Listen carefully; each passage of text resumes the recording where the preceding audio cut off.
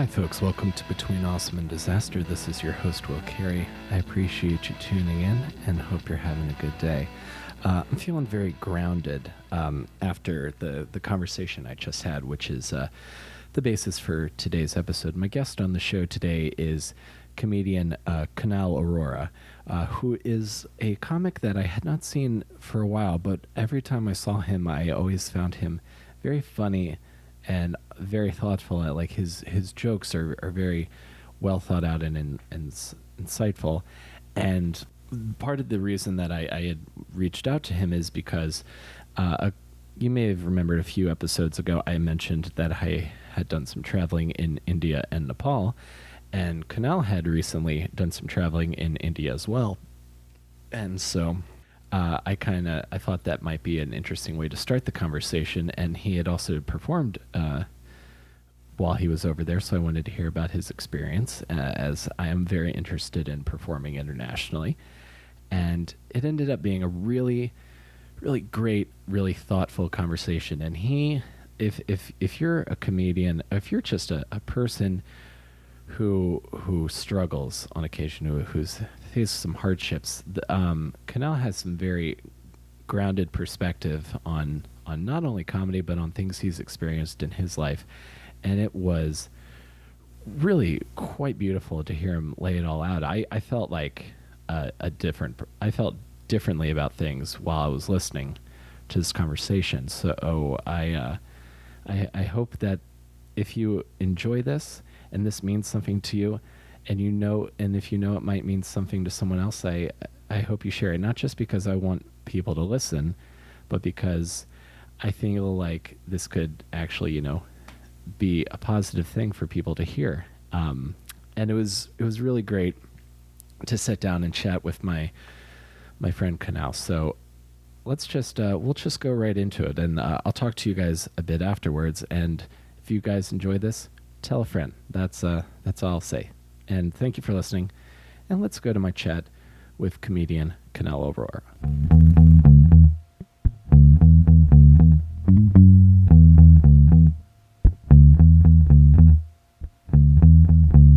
On a sec, there we go. That's what I'm talking about. Right up on me. Exactly. Now we're recording. Yeah. Okay. Cool. Yeah, just awesome. go into it seamlessly. So, where in India did you go? I went to. I landed in Mumbai. Uh-huh. And I went to Chennai, which is it's a coastal town on the East Coast, for a wedding for like 3 days. Oh, nice. And then I flew to the West Coast in Goa. Mm-hmm. Then I was there for 4 or 5 days. And then I went to New Delhi for like 3-4 days. Mm-hmm. And then I went back to Mumbai for like a week and change. Oh, awesome. So Yeah. you mostly like southern India and then a little bit of north, which is rare because my family's from North India. So it's like to be in the south was like new and like fun. Yeah. I've heard there's a real difference between the north and the south. I was mostly in New Delhi and Jaipur. Mm-hmm. And then some rural village in Rajasthan, and where the river Ganges is. I don't want to say Varanasi because that doesn't sound. I'm just correct. as lost as you are. That doesn't sound correct. But I don't even know where. I went to the Ganges River. I put my dad's ashes in the Ganges River, and I still have no clue where it is. No idea. Oh yeah. All I know is a long, depressing drive, as one would expect it to be. And I then, imagine so. Yeah, and then it was just putting ashes in the river, and then getting back, and just the drive is nuts because you're literally avoiding cars left and right. I don't know if they changed the road when you went there. My experience of it was, and I've been in New York for almost 9 years, and I felt like I've got a little bit of like, big city, like I can function in a city. And like, if you only knew, once you got to India, you were like, this is a big city. Yeah. Well, just like the crowds were fine, or like people coming up to me. I'm used to that, Right. Some mentally ill guy tried to grab a drink I had on my hand once, and I just pushed him back and said no. But the thing that got me, that wore on me a little bit that I wasn't expecting, was just the constant use of the car horn as a method of just not saying get out of the way or fuck you, but a way of saying I'm here, I'm passing to your right, don't move. Right. Or I'm behind you, you should move. Yeah. Like that kind of. They use that horn all the time. Yeah. It's a lot, man. The city it's intense. It's too much. I mean, for me, you know, like I grew up in Queens, and I don't think like I'm walking around here coming to your place, and I was like, this is normal. This is beautiful. I love this. Yeah, you know? Yeah. Queens to me it reminds me a lot of the kind of more the suburban cities I lived in outside of Baltimore before I moved to New York City. Right. And you did you do comedy in India? Yeah, I did a weekend with. So I'm part of like this group called the American Born Desi Comics, and there's me, Akash Singh, Tushar Singh, Alingan Mitra, and I want to get this right, so in case they ever hear this, I was the last one to join. So, you know, and I think it was started by Akash and Tushar. I'm certain of that, and then they had Alingan on, and then myself. And we did a weekend in Mumbai at this club called Habitat, which is an awesome comedy club. And it was great. We had 4 shows, all sold out, and it was a good time. Oh, that sounds great, man. Yeah. This is something I always like talking about because I've gotten to do shows internationally a bit as well. And I was lucky enough to just talk to Tom Rhodes, who's performs all over the world. What was your experience of the crowds in India? Did it feel different from crowds in the States, or was it not that different? Oh, I got a great story. All right, fantastic. Okay. So we decided to do a Thursday mic, right? Just to kind of like get acclimated. And meanwhile, these guys just flew into town like maybe a couple days before. Gotcha. And I think it was like the 26, 27, 28. I might be wrong, but it was Thursday, Friday, Saturday. So Thursday, we all decided to do the mic. I'd been in India for like maybe 2 weeks at this point, and I'm like writing notes and going like, oh, here's some smart observations. Sure. Right. And so then I get on, like first they're like, oh, our next comic is the tallest guy here. I stand up. Assuming it was me, even though Tushar is taller than me. I don't even know what I was thinking. I'm still like, I'm not the tallest in our group. And then this other Indian dude walks in who's got to be like 7'2". Damn. He was insane. It was absurd. And then now I'm sitting down like an idiot. And then they bring me up and I just bomb. Like I just full on. It was 5 minutes of just absolute terror and horror. And none of it, I was pandering. None of it worked. Some Indian comic gave me advice, and she was like, "Don't pander, just do your thing." And I still pandered, right? And I was like, I'll just figure it out. I do comedy in New York, I'm fine." Right. And I ate it, and I got like I wasn't gonna stay with the guys. I was decided at the last minute to stay at my cousin's place. I grabbed my bags, and they were all hanging out like this. Like there was like a rap venue, Indian rap concert going on upstairs. And they decide to go check that out. And I go in and I get the keys from Lingon. I grab my bag.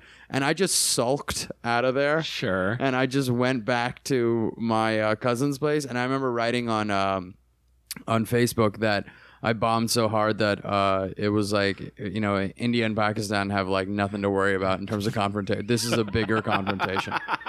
And it's so funny because Akash said the same thing in a video when they were like filming me bombing, which because they loved it. It was hysterical to them. And I just sat in the room for like 20 minutes eating, feeling like a bag of garbage. Dude. Oh, that sounds horrible. Yeah, it was terrible. I felt such like absolute shit. And can we curse? I don't know if we can curse. Oh, fuck yeah. Okay, great. Fantastic. So yeah, and then I was just sitting there going, man, I feel like a complete idiot. And then Friday and Saturday went really well. Like I was really happy. Good. And I think that's the redeeming quality, right? Because if I just bombed all weekend, I'd be like, shows were fun. Shows were fun. Yeah, fine and fun. That's exactly how I felt about my set in Istanbul. It was, first off, it was on Labor Day in Istanbul. So I had spent the entire day walking through police blockades, convincing people that I'm not protesting, nor do I have any problem with the current government of the country of Turkey. Yeah. And we get to this sold out show, which can't be called a comedy club because stand-up could be considered critical of the government, and that's an issue in Istanbul. And I went up and I tanked the hardest I've tanked in maybe my life for 6 minutes. Like I got the classic like bombing flop sweat of course. going on. And what I managed to save it by telling a story about almost getting my ass kicked the previous week at a soccer match in Spain. Yeah. And then I told a story about trying to learn Turkish, and that closed really big. And then the other guy, and I don't know if this is how it is in India also, but the headliners in Turkey, or at least the guy I worked with, he goes up, crushes for an hour, and my fiance understands Turkish, so she's giving me the general idea of what he's talking about. And it's like, it's stuff that I would hear people talk about Friday night at Gotham, like, oh, people who drink wine, they have these characteristics, those kinds of jokes. Yeah. And then he takes an intermission, takes like a 15-minute intermission, show starts back up. He resumes crushing for another hour. So it's like a 2-hour show with intermission. Yeah. And then at one point, this guy, his name's Mesut Shur. He was very funny guy in Turkish from being in that room. And he goes up and he does crowd work with me. And I, of course, have no idea what he's saying. Right. And so he then says something about me and then gets this huge laugh. So I'm like, okay, I got another big laugh on this show. But I felt like the same way. I thought like, bombing in New York would prepare me for anything. But oh, no. that shook me. Yeah, absolutely. Because then you start to go, was this all a waste? Is everything that I've learned in New York just a complete waste? Like, were the chops that were supposed to come in handy? Like, everybody comes here. Like, I mean, I've been here, but like everybody comes here and they're like, oh man, this city's gonna harden me in a way that I've never been hardened before. That's what I thought when I moved here. Right, but you can bomb in different places and it's just gonna have an effect. Yeah. And realistically, it's never been the city. It's always been you. Yeah. And that's the reality of it, I think. Yeah, I think so. And then like to think that like, and then to think when you're like going out, like maybe you get to the point where you're starting to headline. I don't know. I feel like you're probably there and I'm a few years behind everyone else.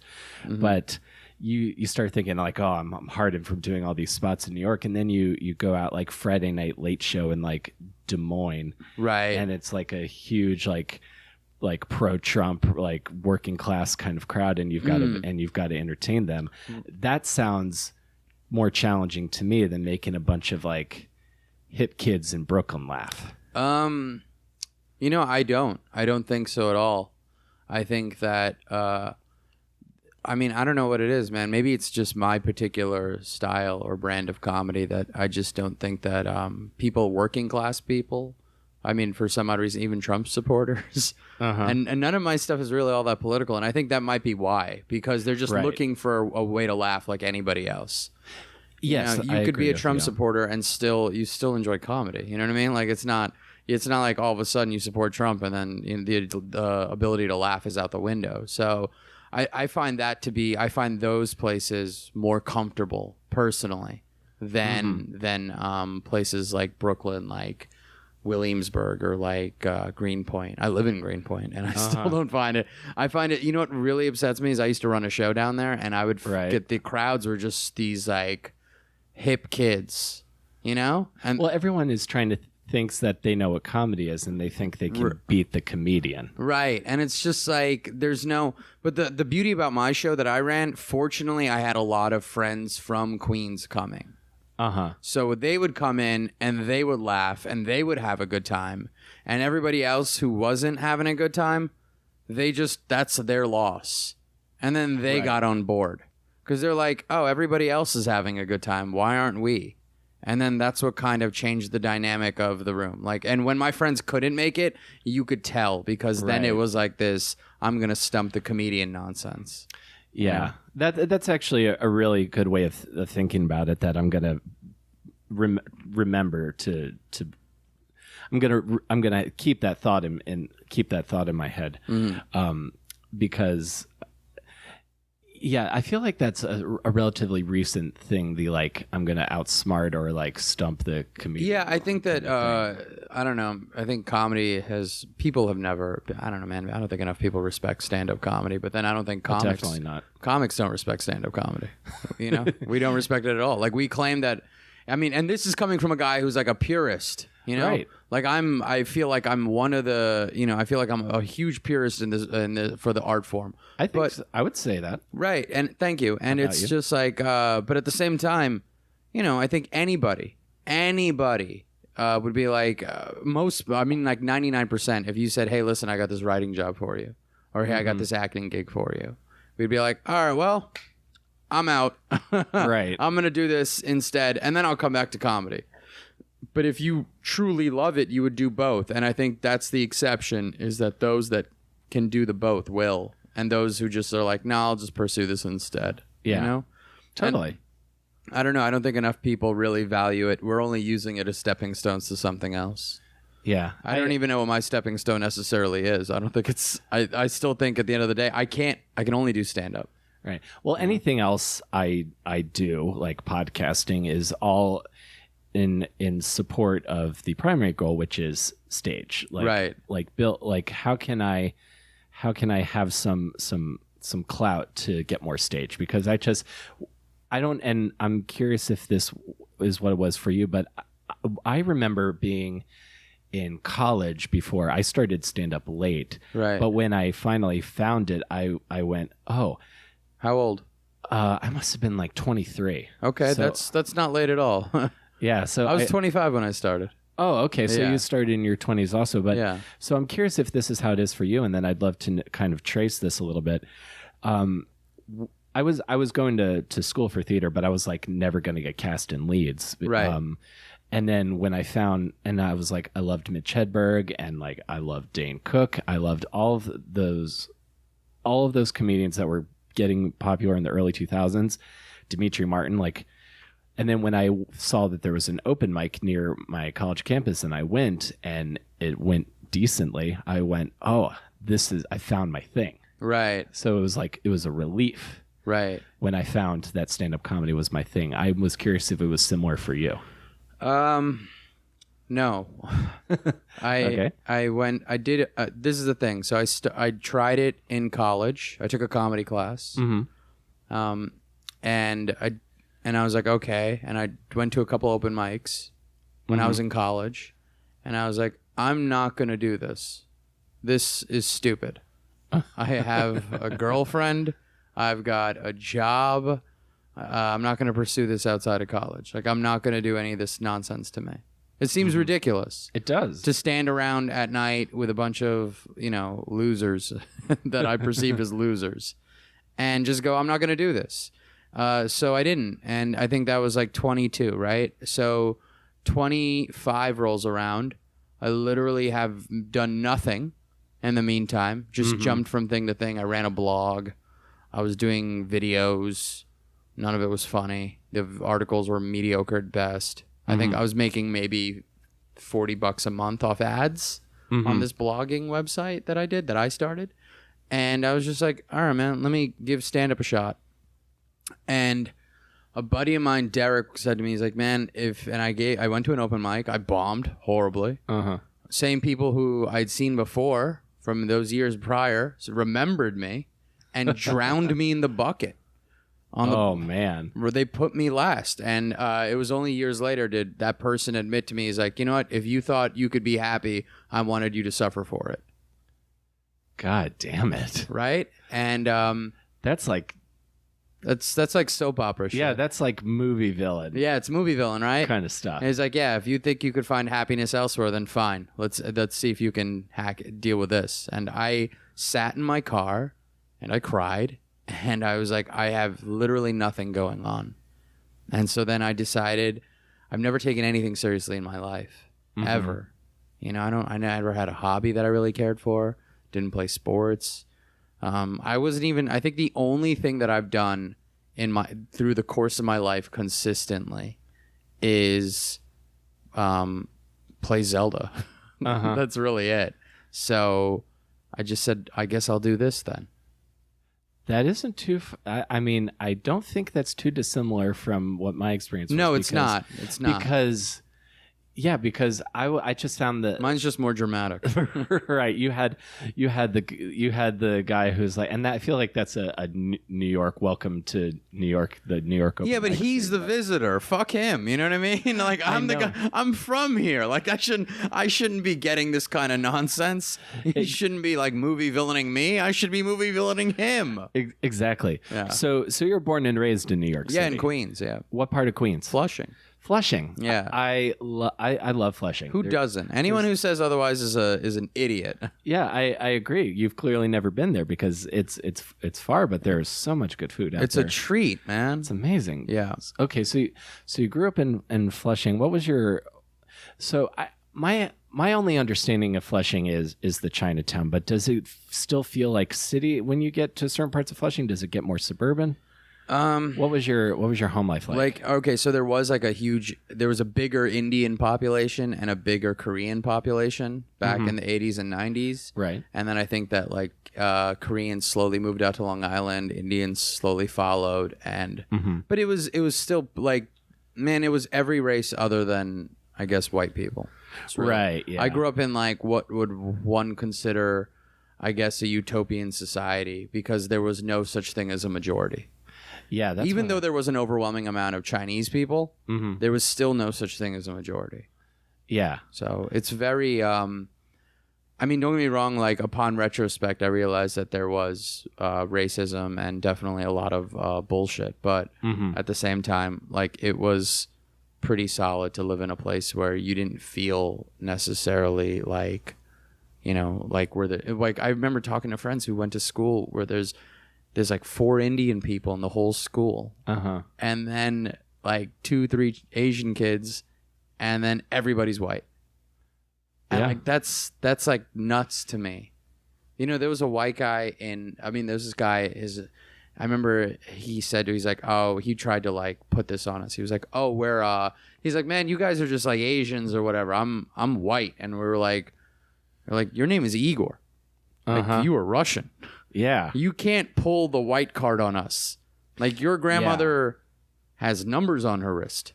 Like she doesn't get to, you know what I mean? Right. Like you are just in this with the rest of us. Right. She's not the historically he's not like the historically like oppressive class of No, absolutely not. Like English or some sort of whatever aristocratic his grandmother survived the Holocaust. His family's here now, and it's just like you're in the muck with us, man. And I think that growing up there was just like, it didn't prepare me necessarily for the rest of America, which, you know, is different. Yeah, like where I grew up, there was, I think, maybe 4 or 5 black kids in my class. Like it was always overwhelmingly like white and overwhelmingly. I don't know how the different sects of Christianity break up, but I do know there are a shit ton of churches where I'm from. Yeah. What is that, Baltimore area? Well, my hometown is like an hour and a half south of DC. So we're talking like where the Chesapeake Bay and the Patuxent River meet. So like rural. Yeah. That's out there. Yeah. Basically like all of the lobbyists, that's where their summer home is. Like everyone who's a lobbyist in DC. I think I did a gig out in like that rural part of, you know, that between the Virginia, Maryland area that like near the water. And it was just very, very like country. Very, very much so. Like to drive to my mom's house, you drive by ton of horse farms, ton of tobacco farms. They still farm tobacco. That's crazy. Down there.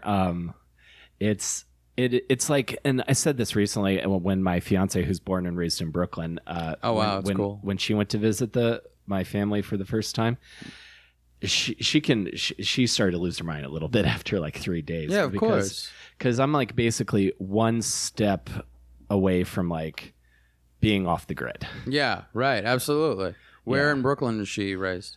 She was born and raised in Crown Heights. Right. Okay. Back in the 80s, 90s. Yeah, which is like a dangerous place. Yeah. And now I go in and it's like, oh, there's all these nice restaurants, and she's just like, no, that was a crack house. That was also a crack house. Someone got stabbed there. Someone got raped there. You know, the whole thing. You never left your block in Queens, because I've said that that's the place where you're least likely to be mugged. Right. I mean, because the people who are on the block mugging people, they're like, oh, wait, you're like a local guy. We're not going to mug you. We'll mug somebody else. Yeah, we'll mug someone who came from Corona. Yeah, right. So it's just like someone who doesn't know. And that's the best. That was like great. Like I've been mugged a handful of times in Queens. And it's just like, you know, it's just what happens. Yeah, it's just byproduct of the environment. Yeah. Okay, so Flushing has a little bit of violence going on. But are you an only child? Do you have siblings? I have an older brother who is a doctor. Doctor. Okay. Yeah. And what did your folks do? I know you said your dad passed. He was both my parents were hospital accountants, and it's very odd because like. This is the thing. Like, I remember asking my mom about this because my mom has an art degree. She's a master's in art. My dad finished 10th grade. Like, it doesn't even have a high school degree. And I was like, how do you guys end up both being hospital accountants in America?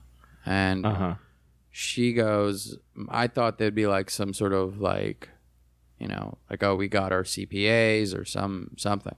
My mom just looks at me and goes, it's because we're Indian.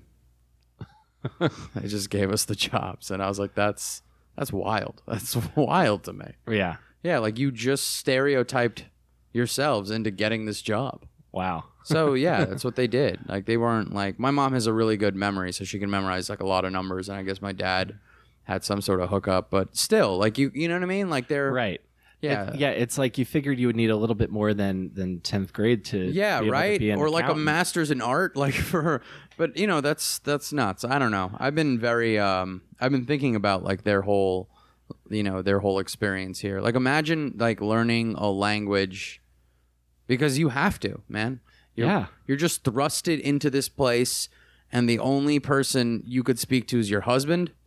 I mean, for fuck's sake. I mean, how much quicker are you going to learn a language? Right. You know, like it's like I need to talk to some other people. Right. You know what I'm saying? No, totally. If I realized I thought about this yesterday, and I don't know where maybe it could be something on the stage, but I just said that like a lot more immigrant relationships would have ended if under the exit sign they said the same word but in different languages. Like that's where it is. Oh, that's funny. You should definitely do something with that. I think there was something, might be something there. Yeah. Okay, so and I'm assuming both of your parents immigrated from India. From yeah. India. Yeah. Okay. So you grew up in Flushing. You have one older brother. Yeah. And I don't want this to be like the norm where people think that having I'm one of my mom's one of 10. Mm-hmm. My dad's one of 4. So I think in total we have 33 the next generation, right? Gotcha. Yeah. So there's 33 kids. My brother's the only doctor. That's it. So he's the first doctor on both sides of the family. Like we are not like, oh, my dad, you know, like I said, they're not like super educated people. Right. Did your brother go to med school, or did they look at him and go, okay, you're a doctor? Sorry. It was there. No, absolutely. That's so funny. He went to med school in Grenada, and and then he got his. He also has his master's in health administration. The guy he's a beast. Awesome. He specializes in sleep apnea. I'm super proud of him. Oh, that's great. That's great, man. And so, where does the seeds of comedy start for you? Does that start early, or does that not take? I mean, later? When I was in I came. I took this classic comic strip when I was doing. I did a semester at home because I had to take care of my dad. He wasn't doing well, and then. That's when I was like, all right, cool. My college roommate, who ended up is like now one of my best friends, this guy Derek, was like, yeah, you should do comedy. And then it wasn't until 25 where I was just like, all right, I'm going to do this now. My mom moved to Belrose at this point. My dad had already passed. And did you go to school in the city? No, I went to school upstate New York in Albany. Gotcha. But I did a semester at Queens College, and every Monday night I would go to comic strip, and I took the class with D.F. Sweetler. I was going to ask if it was D.F. Sweetler. It was D.F. Sweetler. I like how he just he talks whenever I run into him, he's just he's like you know what? Speaking to him it's like speaking to a dad who had a fallout with.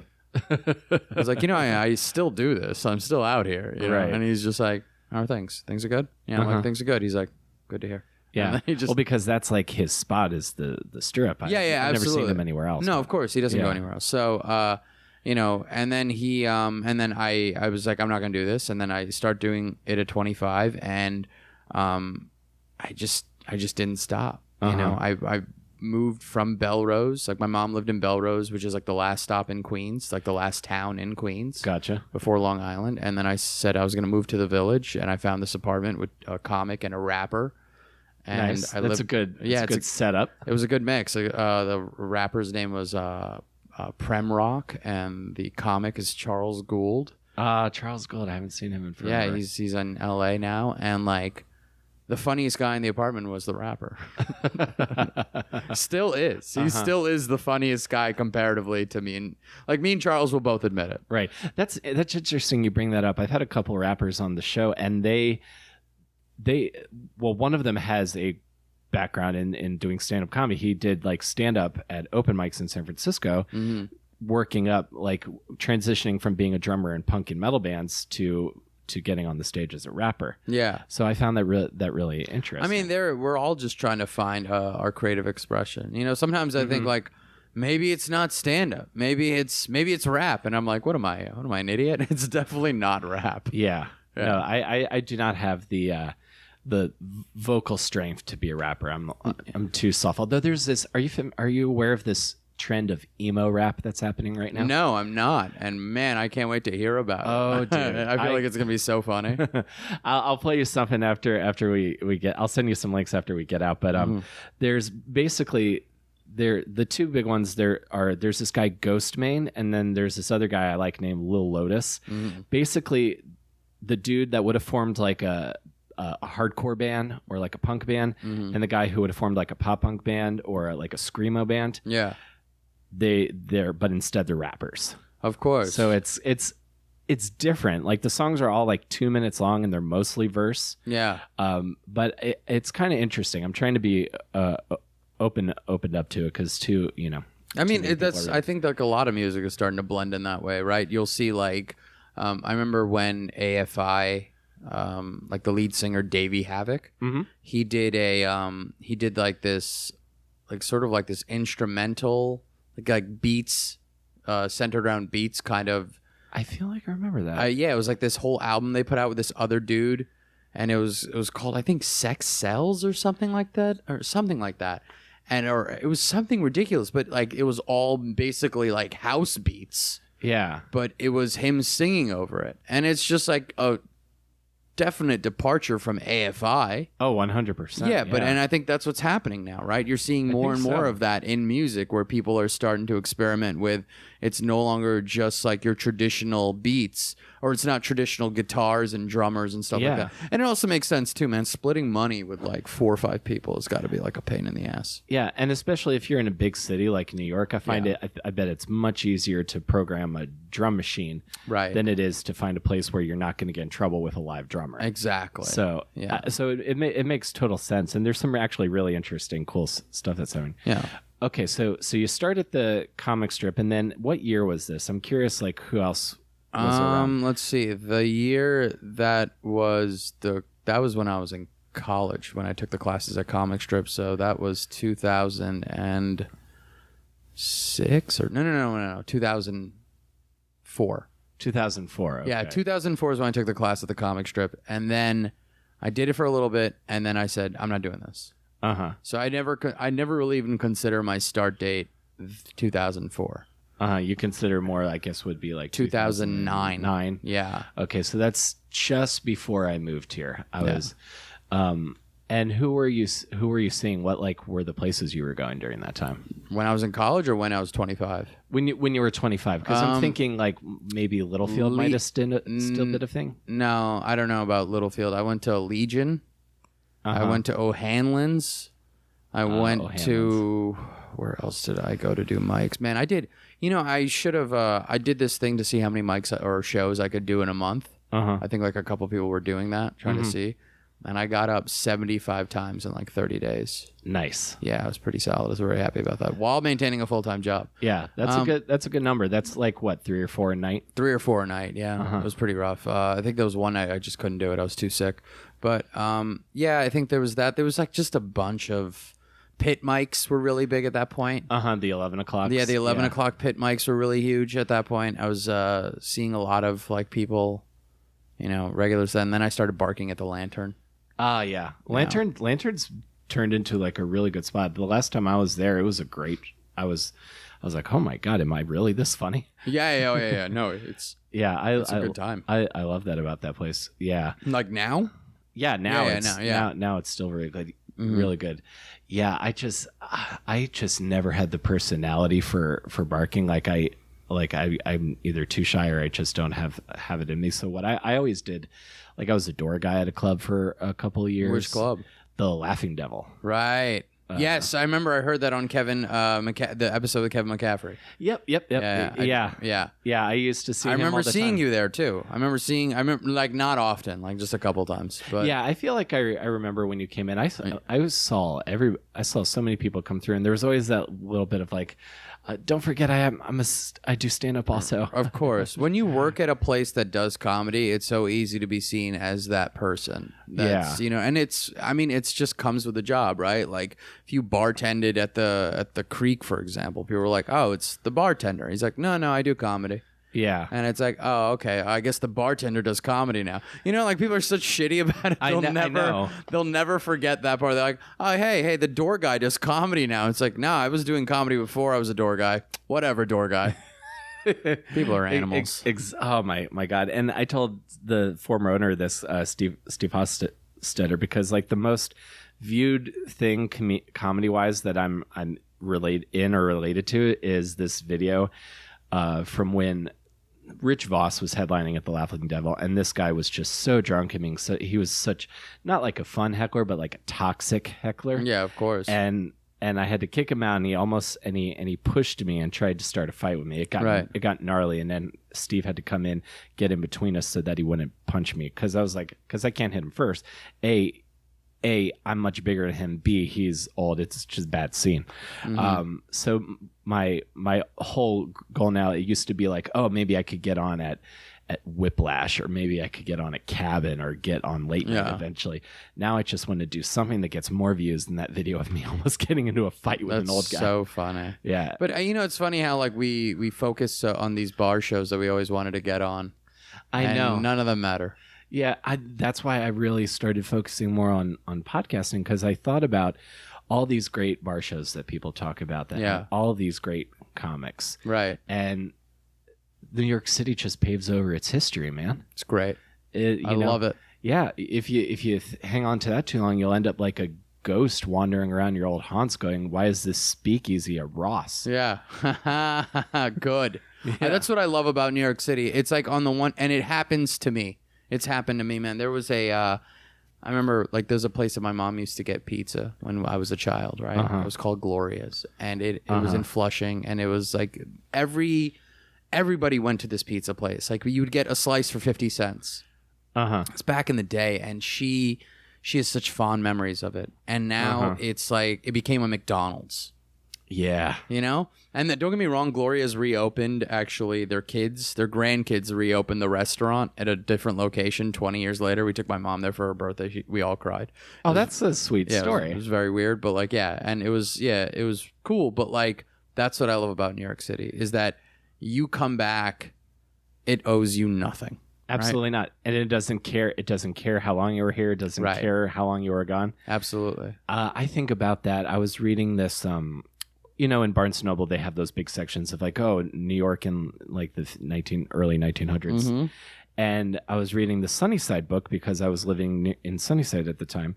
And the Wendy's on Queens Boulevard used to be a boxing arena. Right. And I just thought of everybody who poured their like blood, sweat, tears, all the work that went into preparing for matches. Yeah. All of the good times people had watching the matches. Right. And now not only is it a Wendy's. Yeah. but boxing is like 4 people. Yeah. Now. Right.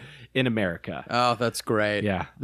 The same way I think about like all of my favorite places that I do comedy now, I'm just going to be like, in another like 30 years, I'm just going to be like, well, let me tell you about how it was when I was coming up. Yeah, of course. Kids. I mean, when I ran a show in Midtown, I called it the Rainy Night House Comedy Show. That's an homage to a comedy club. Maybe it was down the block from where my mom lived. But that comedy club closed 40 years ago. I never saw it. Wow. Yeah, and it was just like a comedy club where I remember the booker of this the clubs in Long Island told me, like, he's like, you call it that? He's like, you know about the Rainy Night House? I was like, yeah, I was doing some history on Queens, and he was just like, oh man, these people used to come here, like I think all like Jerry Seinfeld and all these other like heavy hitters, Colin Quinn, so on and so forth, and it was just like, that's what but it gets all paved over, everything, and it's such a great thing. I like it. Yeah, I think it's fantastic. No, absolutely. I feel it adds a certain level of like a snapshot of an era to it. Right. Like just thinking about like CBGBs being like a John Varvatos now, or but you'll always remember that snapshot of CBGBs and the bands that played there, or even like the original Improv. Yes. Right. Mm-hmm. And they could probably bring that back, but they don't. No, I mean the what was it? The first Madison Square Garden. It's not there. No, I think it was a few blocks over. No, it was actually 8th Avenue and 50th. Oh, okay. So it was further up. Up, yeah. If you actually go to that location now, you can if you just really look at it and like. You can see, like, you know how, like, stadiums and coliseums have, like, those halls that you kind of walk around in that are kind of, like, circle the outside? Sure. That still exists structurally. Oh, really? Yeah, it's pretty interesting. I read this book about, what's his name? Caesar. He's a comic from the 50s. Anyway, he had this show called Caesar's Hours. And, I think I know who you're talking about. Sid Caesar. Yes. There it is. And Sid Caesar, and like he talks about it like being on and I remember I went there while I was reading the book, and I was just like, I was looking around, and I was like, you could still see this. And it's just like, for him, that was the big spot. Yeah. And now it's all gone. Even like I watch like The Marvelous Mrs. Maisel. Yeah. And the Gaslight's just like a regular bar now. Right. Right. Yeah. That's great. Yeah, it's fascinating, but it also gave me a sense of I need to create something that's, if not physically tangible, is at least like tangible on the internet somewhere. Well, I mean, this only lasts as long as you keep paying for it. Right. So that's true. Right. You know what I mean? Like, I always thought that I would have this, like, I mean, you forget to pay that Libsyn account. It's over. It's all done. It's all done. If I lose the hard drive, it's all done. Yeah. So it's like, how permanent can it really be when it's just a monthly fee? I mean, are you going to pay this well after your death? You know what I mean? Like this is part of your estate planning. Like, do you really want that to be the case? Where it's just like somehow you're like, listen, in my will, I want my kids for Will's will, I'd love for my children to pay my Libsyn account for a podcast and burden them with that bill. What a horrible situation to put them in. That's when best case scenario. I'm popular enough that I've been bootlegged by a bunch of people. So yeah, really, that's how I'll live on, is through bootleg. We can only hope that we all live on through bootlegging. And on a similar thing, I think a lot about comedy in general. You think about guys and girls who are considered like the funniest, like the zenith of the pop culture zeitgeist at certain times, and then a couple generations go by, and I remember like the first time I listened to Lenny Bruce, I was like, I didn't laugh. I was like, I could see why this is significant, but I wasn't like laughing out loud. Of course. So I feel, even if anything, comedy has taught me to kind of enjoy the moment while it is happening. Yes. Right. So one thing I'm curious to ask you about is, can you tell me a little bit about the time when maybe you started to feel like you were gaining a little bit more momentum as far as either doing more club spots or doing like more road work? Because I feel like, and I'm guilty of feeling that way sometimes too, I feel like a lot of comics view that as this sort of like thing everyone wants but no one knows how to get, and there's all these like theories about how you get more spots at clubs. Right. I mean, getting more spots at clubs, it's pretty, I think it's easy as just being available. That's really what that is. You're available, you're there, they see you, that's fine. That's all it takes, man. I don't think it's very difficult. You're nice, you introduce yourself to everybody, You know, you're not like, don't be a weirdo about it. You know, like just, you know, I don't need to explain that part, right? It's pretty simple. No, yeah, I don't think so. I don't think so. That part doesn't really require much explanation. And then that's it. And then that's really, I mean, in terms of when I felt like I've started to gain momentum. Because I always thought that you were really funny. And then, thank you. And then I always have this thing with comedians that I don't see for a while. I'm like, oh, did they move? Did they quit? Or are they really successful? And I feel like I didn't see you for a while. And then you're always doing great sets and doing cool things. So I don't think it's happening. I don't think I've got momentum. That's so. I mean, that's so sweet. I just don't think that. I just think I'm just in the cut, right? Yeah. I'm not doing anything out of the ordinary other than just showing up. And I don't even think I show up enough. I think I could show up a little more. There's still a lot of times I just decide to stay at home. So I don't know what it is. I think that I did a lot of road work. That helped. That helped, build up my chops in terms of longer sets because I'd string them together a little better. Sure. And then the rewrites are always helpful. That's a huge deal. I think the rewrites are very important. Or reconsiderations of your sets. Yeah. I think that's also very important too. I don't know. Keeping it an ever evolving thing. Never like thinking that joke is 100% done. But then you also have to learn to let it go too. Yeah, or else you'll go insane. Right. Like I've seen that. Yeah. I've seen comics work on jokes to the point where the jokes, you literally have watched a joke go from nothing, reach a pinnacle of really incredibly funny, and then through self-doubt, through insecurities, find a way to unravel the entire joke. And it is something that you don't forget. And it's, I think that's a huge lesson I learned. Wow. And I don't know, till this day I think about that often, about that particular comic. Oh yeah. Yeah, I mean it's wow.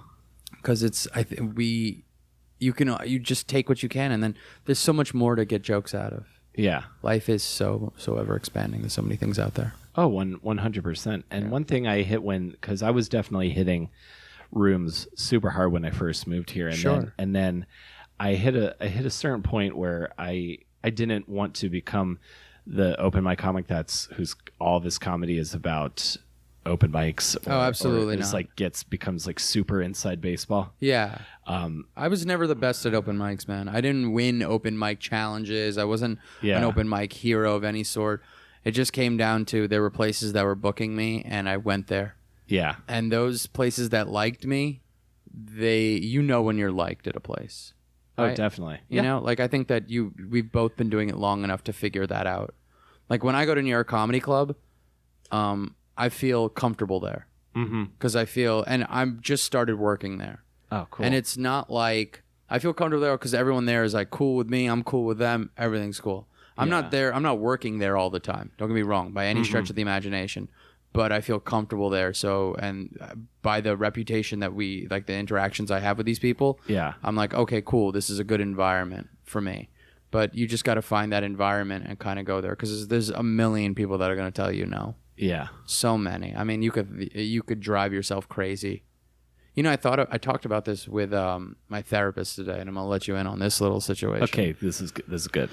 I told him that ever been broken up with? Yep. Okay, right, great. It's a perfect place to start. And you know how your heart is broken? Yeah, and it's just that stomach ache that kind of hits. Yeah, right. And you're just you're replaying everything. You're replaying the scenario. You replay what she wore. You replay the circumstances in which she came in. You replay fights before, disagreements, things you said. Yeah. And this breakup is just tearing at you.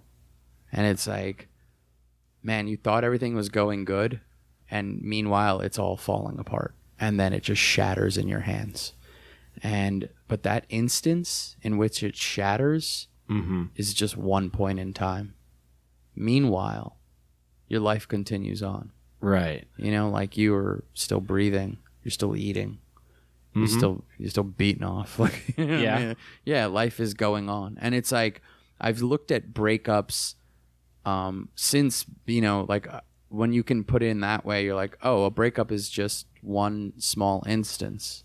And that's it. And comedy, to me now, is just a series of small instances. That's all it is. Yeah. And if you let yourself, like, it's going to rain on you, right? Right. You know, like, I think what Joan Rivers said, it's a comedy's about who can stand in the rain the longest. Yeah, sure. But it's about what you do with that. Do you change your clothes? Metaphorically. Do you get an umbrella? Do you get an umbrella? What do you do to protect yourself against the rain? How do you express yourself with that rain still there? What happens when it stops raining and the sun is out, but you're still damp? Do you let that carry you everywhere you go? Or do you just look at each instance as just that particular instance? It's already happened, and now you're past it. And if you do, I think it's a better way to live. Oh, absolutely. I feel like I hope a lot of people hear that, because that's like a beautiful perspective on this thing. Thank you. So I'm glad that you have that, and I'm glad that I have that now as well. So. Shout outs to Dr. Jesse. Does they do a lot of comedians, and then I'll get you out of here. Yeah, sure. Does your therapist see a lot of other comedians? I've seen the therapists that have seen other comedians, and I benefited a lot. You know, in fact, there's a husband and wife couple right in Midtown in like Upper West Side that see like a bunch of comedians, and I'm not against that in any which way. In fact, the wife, she's a therapist, you know, as well, and she really helped she gave me a lot of tools to deal with a lot of, like, I think like a good therapist, they give you tools, they show you how to use them, they show you how to sharpen them, and then you go on your way. I don't believe you should come to you should be going to your therapist for the rest of your life. Yeah. I think that if they create a reliance, if you have a reliance on them, something's not right here. I don't know what it is, but something to me doesn't seem like it's working, because the point is to heal, right? It's not 100%. It's not to just, I'm going to see you for the rest of my life now, and that's how this is. No. So what Beverly gave me was a set of tools. She helped me contextualize my father's death, a couple major breakups. My grandmother's death, my mom's pain, this girl that I was dating for 5 years when her mom passed away from cancer. Like, she helped me understand all, you know, put that into a place where I didn't carry so much anger and hate and, you know, frustration. And I stopped going because the tools were ready to be used, man. Yeah. And I started going to a new therapist because the person I live with now, is a pain in my ass. No, I'm kidding. I'm kidding. No, absolutely not. The reason I started going to my therapist now is because I did not know what a healthy relationship looked like. And I wanted to be in a healthy relationship, because I had been toxic in relationships myself, and I didn't want to redo that. Like, my parents didn't have the best relationship, and they didn't really, when you don't get left with a blueprint on what a healthy relationship is, all you know how to do is fuck up relationships. Yeah. So it's like, I've been in relationships before this one where I go, I will show you bad. Right. I know how to do horrible behavior. And I will be my father, you know? Right. I will be my mother. And we can get this party started. So, but now going to this therapist, I learned how to be a better partner. Me and my girlfriend, we had 2 arguments this week. And the way we get into an argument is it's beautiful. Like, I love it. It was just like, me and her were just reflecting on it today, going, I just love the way we fight. It's like beautiful. Like, we just, like, afterwards we're like, this is great. Like, 2 rational, calm people having this conversation. We disagree with each other. We're learning each other's perspectives. And it's like, that is how you argue. And then at the end of it, we're just like, oh, when am I going to see you? When am I going to hang out with you again? And it's just like, oh, let's get this on the calendar. And, totally. And it's beautiful. So yeah. Fuck, that's good. I'm reevaluating so many decisions I've made years ago because I'm in a much better place now, and I'm much more able to kind of, I think, more go when I'm in because I used to be afraid of conflict, think all conflict was bad, try to avoid it at all costs, which is kind of hard to do. Absolutely. Absolutely. So getting to a point where you acknowledge someone's feelings, why they feel that way, but then also say, this is what I think, and then that's through those two things. Right. You have compromise, and again, it's just a series of instances. Yeah, I can deal with other people's conflict very easily now. I feel more comfortably. I mean, it's not easy, but it's comfortably. But I can't when I see two people having conflict that it's outside of me. That still makes me uneasy because it reminds me of like the fights my parents would have. Sure. But yeah, I just know that any of those things, and still tying it back to comedy, like where I've had disagreements with people that produce shows, other comedians, all those things, or sets even, because we're at war with ourselves in a lot of ways, right? I think so. And not only just ourselves, but like people and places and situations. So once I started to look at those as just separate instances that have passed, it makes it all pretty makes it easier to kind of appreciate when it's not raining. Absolutely. I think that's a beautiful way to close. I'll say this also. I love your comedy festival lists and the ever evolving, that kind of freedom of information. Because again, from someone who I feel whose comedy I like and who I respect as a person, just says a lot. And I think that's a beautiful way to end this. I think this was great. And are you? Do I call you Kunal or KC? Either one. It's like Vic or Victor. Doesn't matter to me. And if people want to see your stuff, where can they go? They can actually go to KC Arora. That's KCARORA.com. And that website that you mentioned, if there are any comics listening, of course, it's ComedySafehouse.com. I update it with festivals and comedy. There's every festival in the globe and every comedy club in the globe. So... Excellent. Well, dude, thank you so much for talking to me. And when we do some more international stuff, we'll probably have to touch base again, I think. Absolutely. Totally. Awesome. Thank you for having me. Thank you for doing this, man.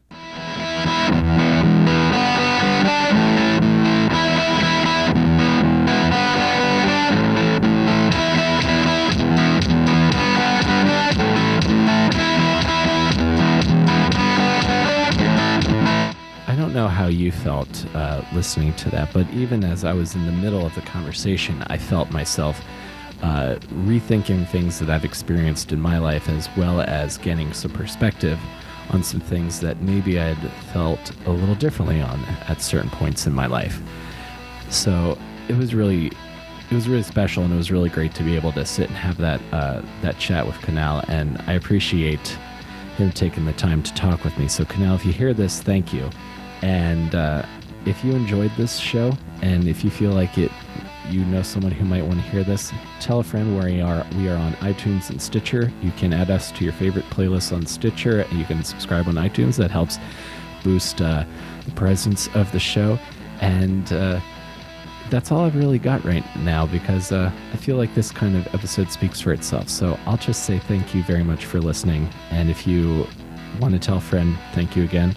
And I will see you folks next week between awesome and disaster. Take care, everybody.